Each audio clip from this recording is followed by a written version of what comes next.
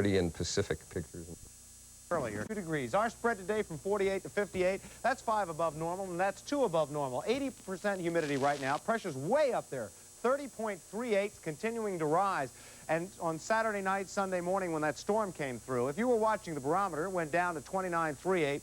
That's nothing. Wait till I tell you about the Southland. Northwest winds 9 miles an hour. No rain today, but 146 for the storm, giving us a yearly total of 1164. That's 1.53 over normal.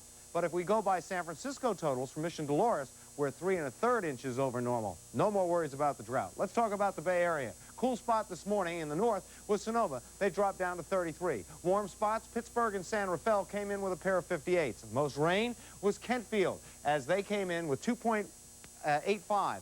Not far behind San Rafael at 2.16. And the least amount, it was in Vallejo, where they had 1.5 inches plus 100.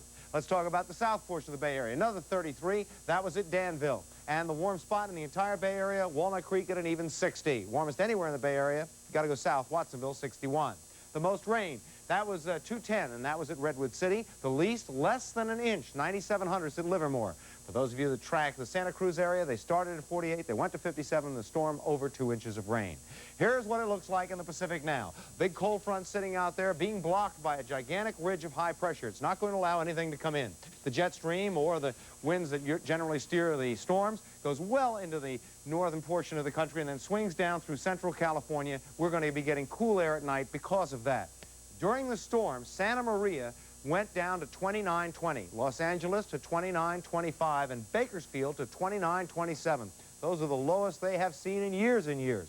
About 7 miles offshore from Point Arguello, just up the corner from Point Conception, at a oil rig, they reported winds sustained at 80 miles an hour, but gusts to 115 miles an hour. Is there any wonder that we've got the storm seas that we have down in the southern portion of the state? Now, you can see that that ridge is blocking everything. You want to see the old storm? There it is, wrapped up and now heading on, giving people fits in the Rockies. It'll be a major storm in the northeast later in the week.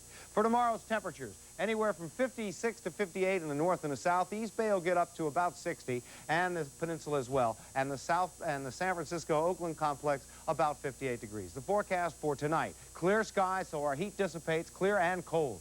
Protect your tender vegetation, as lows will go from 28 to 44, the 44s in the city areas. Tomorrow it'll be sunny, highs from 54 to 62. Our letter from home today is by Allison Lucas, who is 8 years old and in the 2nd grade at the Alamo School in Alamo.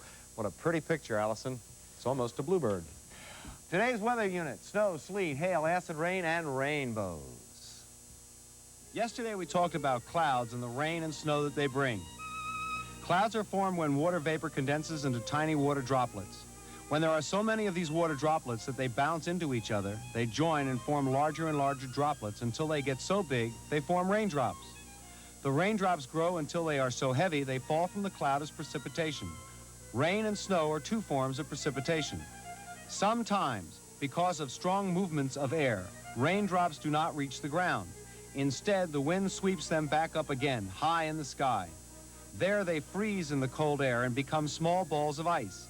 They start to fall again and collect more water on them. Then, again, they are swept back up into the sky. The new water freezes on them. Again and again, the balls of ice sweep down and up, collecting more water. Again and again, the new layer of water freezes on them. They become bigger and bigger. Finally, the balls of ice fall to the ground as hail. It's hailing, we say. Some hailstones are larger than grapefruit. You can see the layers of ice inside the hailstone. Another kind of frozen precipitation is sleet. In winter, raindrops may fall through a layer of cold air. Then some of the raindrops may freeze as they fall. These